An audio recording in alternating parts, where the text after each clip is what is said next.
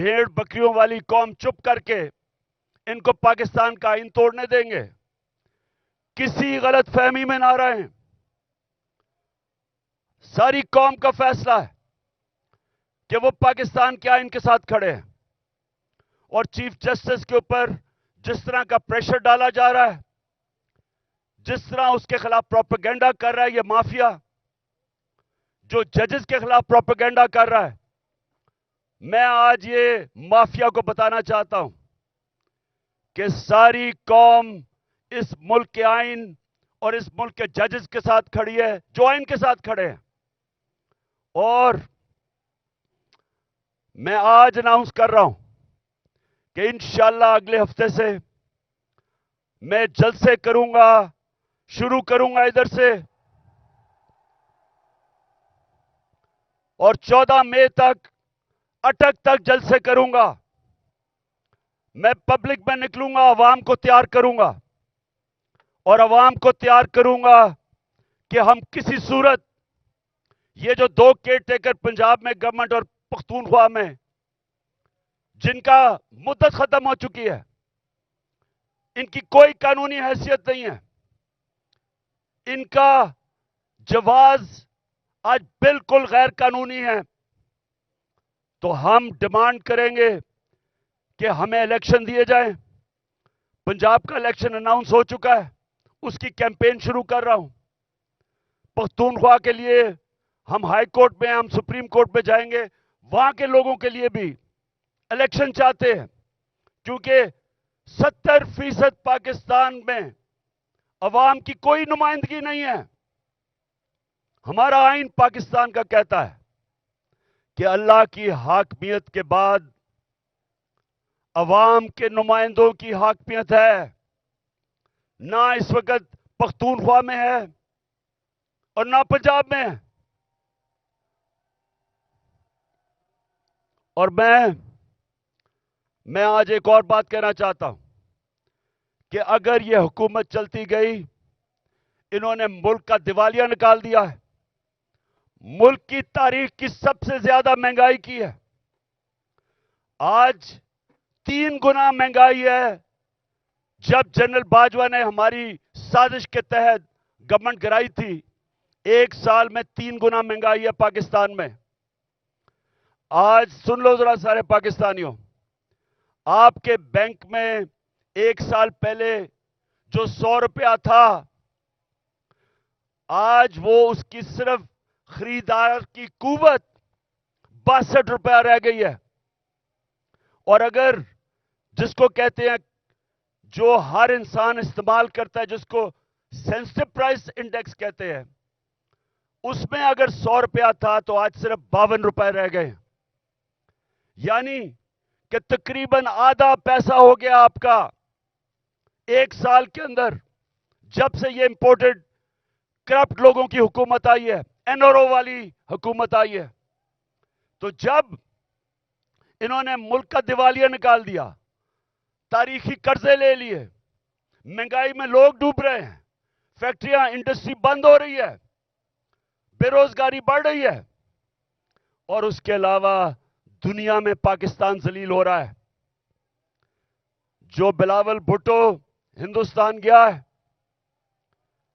جس طرح کا وہاں رویہ ہندوستان کے فارن منسٹر کا تھا، یہ ہم سب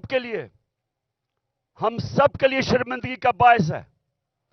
سوال یہ پوچھتے ہیں کہ ساری دنیا کے چکر لگا رہے ہو بلاول بھٹو، پہلے بتاؤ جانے سے پہلے آپ یہ کسی سے پوچھتے ہیں کہ جب آپ ایک ملک کا پیسہ خرچ کر رہے ہیں، ڈالر خرچ کر رہے ہیں ٹرپس پہ، تو اس کا فائدہ اور نقصان کیا ہوگا؟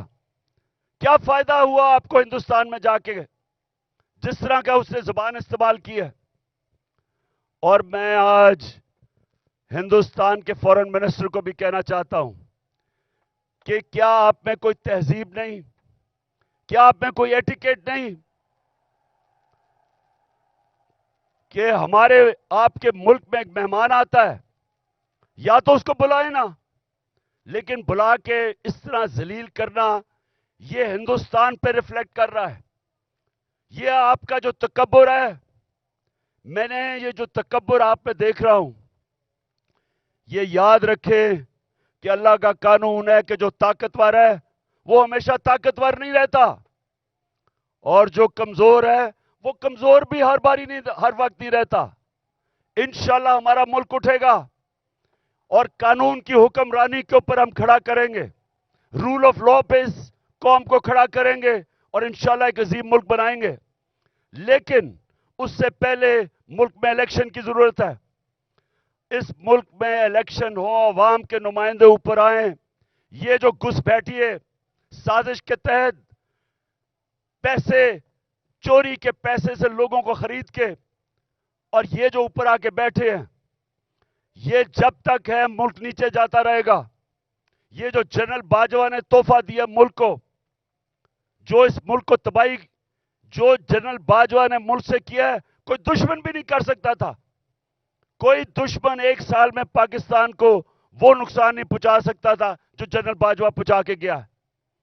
اور یہ جو شہباز شریف ہے، میں سے سوال پوچھتا ہوں کہ تم برطانیہ کیا کر رہے ہو؟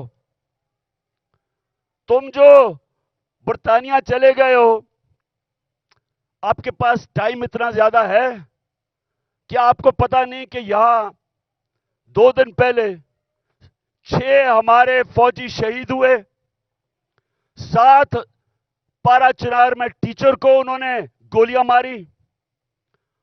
مہنگائی تاریخی ہے۔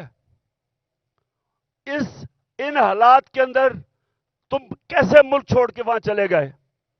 کیونکہ پیسہ تمہارا باہر پڑا ہے، بھائی تمہارا مفرور باہر بیٹھا ہوا ہے، بزنسز آپ کی باہر ہیں، بچے آپ کے باہر ہیں، آپ کی بزنسز، بچے، آپ کے علاج، سب کچھ ملک سے باہر ہے۔ تو ملک صرف پیسہ بنانے کے لیے آتے ہیں۔ اس لیے میں سارے پاکستانیوں کو آج کہہ رہا ہوں کہ دیکھیں، اب جو آج پاکستان میں حالات ہیں، یہ سمجھ جائیں کہ قوم کا وقت آ گیا ہے کہ باہر نکلنے کا۔ میں نکل رہا ہوں، جان کو خطرہ ہے۔ 2 دفعہ میرے اوپر قاتلانہ حملے مارنے کی کوشش کی گئی۔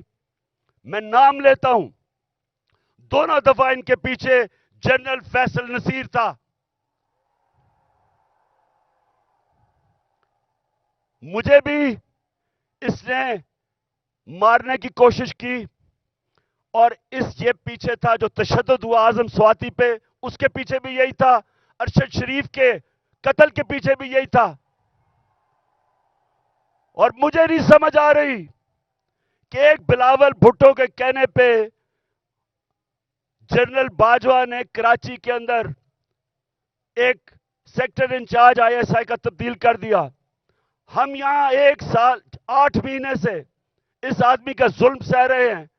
کیوں نہیں اوپر خبر جا رہی کہ جناب یہ ملک کو نقصان پہنچ رہا ہے، یہ جو حرکتیں کر رہا ہے، یہ کوئی آدمی نہیں کر سکتا جو اس ملک سے پیار کرتا ہے۔ ہمیں ایسے کیا جا رہا ہے جس طرح ہم کوئی دشمن ہے۔ تو میں آج کہہ رہا ہوں کہ یہ آگے کچھ ہوا، میں نکلنے لگا ہوں، میں جلسے کروں گا اگلے ہفتے سے 14 مئی تک، میں جلسے کروں گا۔ کچھ مجھے ہوا، ساری قوم کو کہہ رہا ہوں کہ جنرل فیصل نصیر کا نام یاد رکھ لو، یہ ذمہ دار ہوگا۔